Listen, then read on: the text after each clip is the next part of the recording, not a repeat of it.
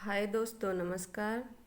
तो आज हम पढ़ते हैं एक प्यारी सी किताब जिसमें चारों आश्रम के बारे में बताया गया है।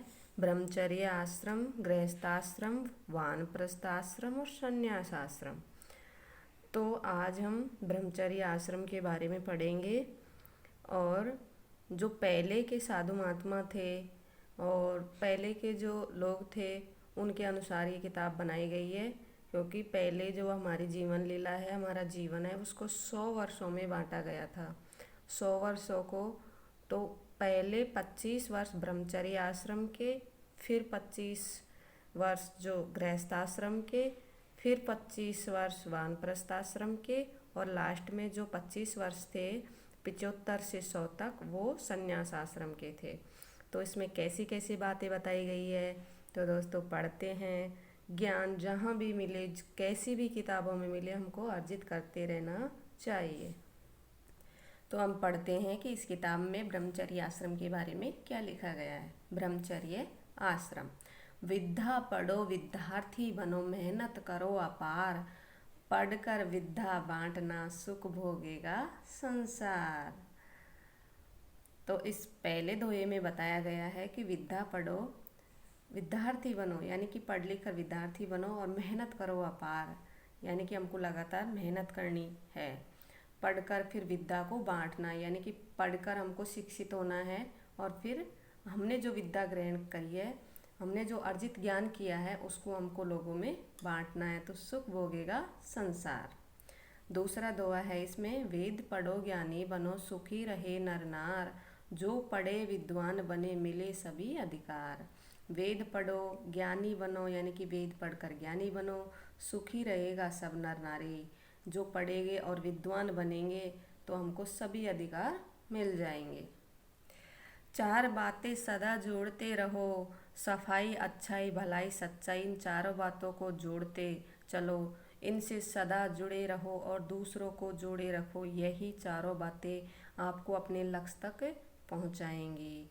तुम्हारे बनने का सही समय है, यही सही समय है। तुम हीरे बन जाओ, तुम बनोगे परिंदा तो आसमान तुम्हारा है, तुम बनोगे मुर्दा तो ये शमशान तुम्हारा है, तुम बनोगे सेवक तो ये घर बार तुम्हारा है, और तुम बनोगे शिक्षक तो हर कारण पर अधिकार तुम्हारा है।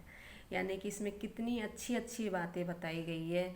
एक छोटे से बच्चा होता है जो 5 साल के बाद में स्कूल जाता है, विद्या ग्रहण करता है। अभी स्कूल है, पहले ऋषि महात्माओं के आश्रमों में पढ़ाते थे उनको, तो उनको यही बताया गया है। हम जब सब बच्चों को यही बातें बताई गई है इसमें कि तुम अगर परिंदा बनोगे तो आसमान तुम्हारा है, तुम अगर मुर्दा बनोगे तो ये शमशान तुम्हारा है, तुम बनोगे सेवक तो ये घर बार तुम्हारा है, अगर तुम शिक्षक बनोगे तो हर कारण पर अधिकार तुम्हारा है। यानी कि शिक्षक को सबसे अच्छा बताया गया है।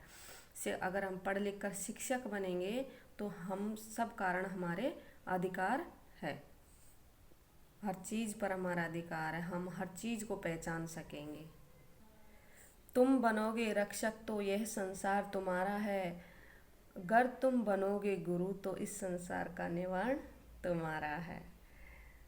फिर आगे बताया गया है, असफलता एक चुनौती है, स्वीकार करो, क्या कमी रह गई देखो और सुधार करो, जब तक नहीं सफलता नींद चैन सब त्याग दो तुम, संघर्षों का मैदान छोड़ मत भागो तुम, कुछ किए बिना कभी जय जयकार नहीं होती, कोशिश करने वालों की कभी हार नहीं होती।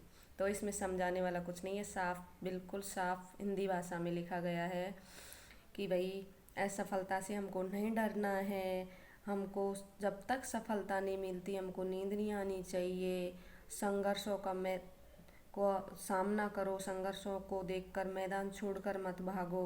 और लास्ट में कितनी अच्छी बात बताई है कि कुछ किए बिना कभी जय जयकार नहीं होती, कोशिश करने वालों की कभी हार नहीं होती। उत्थान और पतन दोनों तुम्हारे हाथ में है, उत्थान को जान लो जीवन स्वर्ग बन जाएगा, पतन को पहचान लो ये मार्ग नरक में ही जाएगा। सावधान, एक हमको बात बताइए कि सावधान रहो, युवा पीढ़ी को नशे से बचाएं, बुरी संगत बुरी आदत से बचाएं। युवा राष्ट्र की सबसे बड़ी दौलत है। यानी कि जैसे जैसे हमारे बच्चे बड़े होते जा रहे हैं तो उनको ऐसी गलत संगत में मत बैठने दो, गलत लोगों के साथ मत बैठने दो कि भाई जो नशे में चूर हो। आजकल तरह तरह के नशे हो रहे हैं, कोई बीड़ी सिगरेट पीता है, कोई तंबाकू खाता है, तो कोई इसमें कोई जर्दा वर्दा कुछ भी, हर तरह के नशे हैं, तो उनसे हमारे बच्चों को दूर रखो। ये पहली पीढ़ी, ये जो पहली सिड्डी है ब्रह्मचर्य आश्रम की, यानी कि 25 साल, उसमें या तो बच्चा बन जाता है और या बिगड़ जाता है। 4 गुण धारण करो, लक्ष्य को रखो सदा सामने, गुणों को ले उधार, डोरी प्रभु को सौंप दो फिर करो बड़ा विस्तार। नशे में चलोगे तो जीवन का बाग उजड़ जाएगा, होश में रहोगे तो तेरा जीवन स्वर्ग बन जाएगा। ऊंचा सोचो नीचा देखो, बोलो मधुर वाणी, सफलता चरण चूमेगी कदर करेगा हर प्राणी। चेतो जागो उठो प्यारे, विजय का झंडा गाड़ दो, जीवन सफल बनेगा तेरा ऐसा मंत्र डाल दो। अपनी सोच बदलो तकदीर बदल जाएगी, अपने आप को बदलो तेरी तस्वीर बदल जाएगी।